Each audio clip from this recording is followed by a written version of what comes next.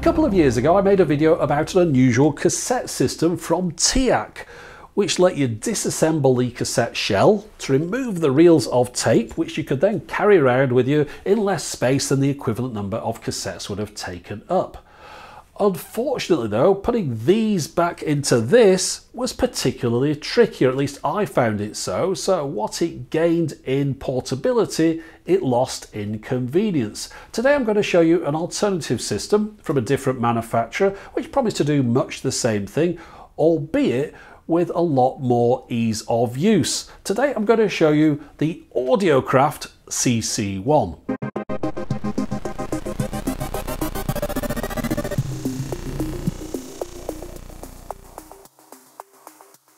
I suppose me calling this a CC1 probably isn't correct. It was more likely to be known as the Audiocraft cassette cartridge, as you can see from the packaging here. The left-hand one is the CC1, and in that set you get the cassette cartridge already installed into a cassette housing. But you can buy additional cassette cartridges. I've got a set of 4 here, which you can swap out with that original one. I just want you to look at the bottom left. See the price there, 1,000 yen for 4 cartridges, or 1,200 yen for the CC1 set. If we convert those using the current price at the time I'm making this video, just under 9 UK pounds, or just under 11 US dollars. So these aren't expensive things. They're more the kind of novelty, a bit of fun, as you can see from the packaging on this one. Not to be taken too seriously, not audiophile grade. They're only type 1 ferric tape. So please bear that in mind as we go through this. This isn't really a very serious high-end product. The reason I brought that up is that there's always a contingent of people that are concerned with the negative. What would happen if a certain part broke or something got lost? Well, in the case of this, back in the day when it was out, you'd just gone and bought another one. They weren't all that expensive. Now, the instructions that are included are Japanese on one side and English on the other. The English side is a little bit broken in the way it describes certain things, but it's got pictures there and you can follow it relatively easily. Now, the cassette itself looks pretty normal from some angles and unusual from others. It's a plastic body on there. We can see the tape just popping out the top a bit, so I'll tighten that up. On the back here, we've got the instructions written there again, just in case you're not carrying around that piece of paper. And this plastic peg, this orange peg, is through the middle of the holes there, so we'll have to take that out before we can put it into a cassette player. But once I take that out, it just works as a normal cassette, so you can record on it, and of course you can play back. It's just a typical standard ferric type 1 cassette. But I'm not going to play too much on it because I noticed this one has got some mould on it. After I got it out of the case, I could see it's got this pattern on here and it's holding the tape together a little bit. Luckily, all the other ones I've got are fine. In fact, we'll just have a look at this little cartridge on its own here. These are beautiful little things. Really tactile, nice to touch, rounded edges on them. Lovely to look at as well. The tape is protected. You can't touch it. It comes out of that top right corner where that little red peg is. And we're going to take that part out of the centre. I'll explain why that is in a moment. And I'll show you how I swap that out. So this is the one in here that we're not going to use. So to get it out, we use that little peg in there. We could use a Bic pen, as you're probably quite familiar, but twist it, and you can see here we're pulling something through. We've got a red peg, and we've also got a little black peg joined to it. So we've got like a lead attached to another leader. I'm twisting that slowly so I can show you how it fits. It goes through here, and if you twist it all the way around, the little red peg appears in that little window in the corner there. And now to get it out, there's a hole on the other side, so if I remove that, we can push through from the rear as well as pushing it down a little bit because it's got a spring in there. And you can see here the little cartridge just pops out like that. So that's quite neat. So let's just go and put the other one back in. So you can see we've got the spring there, and then at the other end we've got the little black plastic peg in the corner. So here's the new one going in. So putting it in at this end first, pushing down on that spring, the little red peg, or circle, goes over the black peg, I should say. And then all we have to do is do the reverse of what we've just done. We have to pull that leader through into the cassette body itself just by twisting with this little enclosed peg. As I say, you could use some other device to do this with, your finger if you wanted, I suppose. But once it's through there, you can then remove that little plastic peg and take it away, and you're back ready to use it again. Now, I'm imagining there'll be some people a little bit concerned, I was slightly, that there's that bit of plastic there that's going to drag across your record or play head and ruin your nice machine. So what I'm going to do here, I've moved the tape on a little bit, and I'm going to rewind, and we'll see what happens when it gets to the end of the tape. And I've got a nice Walkman here, so let's hope this works. Right, it stops like it should do because there's just enough plastic, it holds it and it makes the cassette player think that it's reached the end of the tape, even though there's a little bit more inside the cassette housing there. Now, without some way of securing the tape inside the cartridge, it could just become unspooled inside your pocket.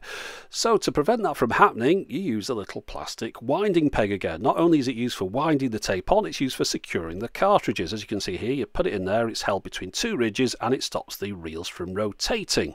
Now, all these cartridges look identical, so to remember what you've recorded on which one, you'll need to use some labels. They do provide these inside the packet, and unlike a normal cassette where you'd put them on the cassette, with these, of course, you've got to put them on the cartridge itself because the cassette remains the same throughout. Now, it's possible that you got an impression from the demonstration of swapping out a cartridge from the caddy that it takes a while, but I was only doing it slowly so I could demonstrate to you how it all fitted together. If I do it in real time, as I'm doing here, this is only the third one I've done, so I haven't got an awful lot of practice with this. You can see it takes a lot less time and it becomes second nature after a while. Now, of course, it's going to be a little bit slower than getting a cassette out of a Walkman, getting another one out of your pocket and putting it back into the Walkman, but it's not that much slower. All in, the whole thing takes about 23 seconds. So what you lose in time, you definitely gain back in the amount of tapes you can carry in your pockets. Let's just look at the difference in size between them.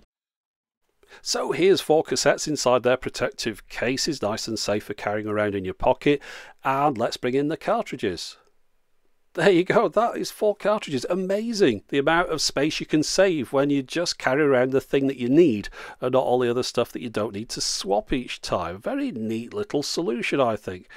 Now, these little devices aren't perhaps as attractive as the TEAC system, although they do have their own charm, I think. But the TEAC do look retro cool, and there's no denying that they look a lot more interesting. If you were putting them in a cassette deck to try and sell it, you'd use those rather than using one of these. But while the TEAC system might win if this was a beauty competition, when it comes down to the actual purpose of these things, which is reducing down the size of a cassette, the Audiocraft system is clearly the victor. There is, however, one disadvantage that both of these cassette systems have over using a normal cassette, and it's a disadvantage that's shared by the ornamental type reel-to-reel cassettes, where the reels aren't removable, they're just there for show, and it's all about the capacity. You can see at the top here, NT50, that means it holds 50 minutes. That's the maximum size on one of the TEAC reels, and the Audiocraft reels, well, their maximum capacity is 46 minutes. So of course that's 23 minutes per side. And this cassette here that's all for show, well, that's a 52-minute tape. So if we look at the one on the left, that's a traditional 90-minute cassette. Of course, they did 120 minutes and 180-minute tapes. But if we just look at this normal sized tape, how can it fit more on than the others? Well, look down the centre, you see a little bit of a raised section, a little pimple on there. Well, that's the centre part of the cassette housing. And notice something about the tape, it's going beyond that to the right-hand side. So it's actually encroaching on the area of the right-hand reel, and that's how they use the space efficiently inside a cassette. The reel takes up the space that's been given away by the other one, whereas in one of these ornamental type things, or the other ones with reels in them, they're fixed size reels, so you can't have the tape move into the area where the other reel is occupying. So the reality is that when it comes to record time, I'd really need about 4 of these to make up the same capacity as I could get on 2 traditional cassettes. However, they are still a lot smaller, so by my estimations, I could carry around about 24 of these in about the same space as it would take to carry around 2 normal cassettes. Now, initially I thought if I had these, I would have lost that little plastic thing very quickly, but of course you don't need to worry about that, because the one that you take off the initial cassette, you don't really need to keep hold of that, because you're always going to have an additional one on the cartridges that you're carrying around. There'd be no point using this system if you weren't carrying around a few extra tapes in your pocket. It's clear that Audiocraft did quite a little bit of engineering to get this idea to operate properly. For example, you can see here the sponge isn't pushing up against the tape, and that's so that that plastic leader can be pulled through without pushing against it. So when you press play on your machine, this lever gets pushed down, which then pushes the tape back against the playhead. In addition, when you put a cartridge inside this, it pushes down on this little lever here, and that's currently operating a clamp which is holding that plastic leader in place, and that then gets released once you put a cartridge on top of it. This was only really supposed to be a short, simple video, but I notice we've already gone past 10 minutes, so I think it's best if I wrap this up here and go over to the outro. This turned out to be one of the rare occasions when I completely changed my mind about a product after trying it out for myself. You see, I'd initially got into this with the idea of this being a silly gadget from the 80s that had never taken off. I'd even got a bit of an outro planned where I was going to say something snarky like, well, if an idea is not worth doing, then it's not worth doing twice. But after using it for myself, I've completely come around to the concept. You see, nowadays, if you want to carry around lots of music, it doesn't take up any physical space, it just takes up storage space on some sort of smartphone or solid-state music playing device. But back in the 1980s, if you were using a Walkman and you wanted to carry around multiple hours of music, you'd carry around multiple cassettes, and there's only so many of these you can fit in your pockets. If you wanted to compress down the size of this, well, there was no way to make them into MP3s. No, you had to actually physically compress down the cassette itself, and that's exactly what Audiocraft did with this. And it works fine. It's a great little system, really neat. No issues with it at all, unlike the TIAC system, which was a bit of a pain to thread onto the cassette. This one just worked almost as quick as swapping over a normal cassette in a Walkman.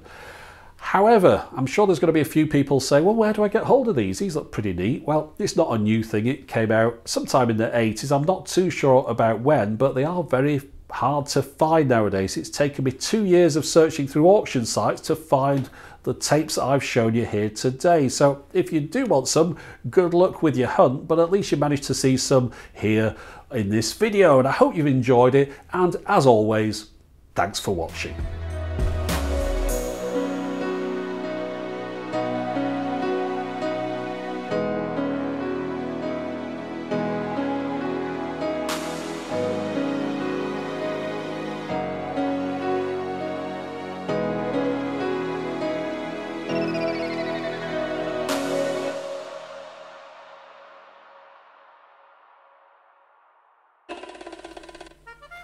Dad, I'm thinking of getting one of those new Vinyls players to play some of those new Vinyls discs on. Okay, first of all, it's a record player, and it plays records. B, it's not new. And fourth, why? Well, I'm sick of my CDs always getting scratched. Why, what are you doing to them? Nothing. Well, you must be doing something, because the CD players don't scratch them. They don't scratch themselves sat in the box. What you're really saying is that you keep scratching them. So what you need to do is be more careful and stop being such a clumsy wazzock. It's not my fault. One of them even somehow got my initials scratched into it. Well, if you do buy records, you'll have to take more care with them. I ruined my Bing Crosby albums trying to replicate Jazzy Jeff's Transformer scratch on my gramophone. None of those words mean anything to me. So what is it attracts you to records then? Is it their inconvenient size, reduced capacity, high price, or limited dynamic range? No, it's just that I heard that now you can get a Vinyls player that will convert the vinyls to 64K MP3s. But doesn't that defeat the object then? Hold on, I hadn't finished. Once you've got the MP3s, you can then put them on a CD, and I can play them back in my CD player. Yep, sorry for interrupting. It seems like you got it all figured out.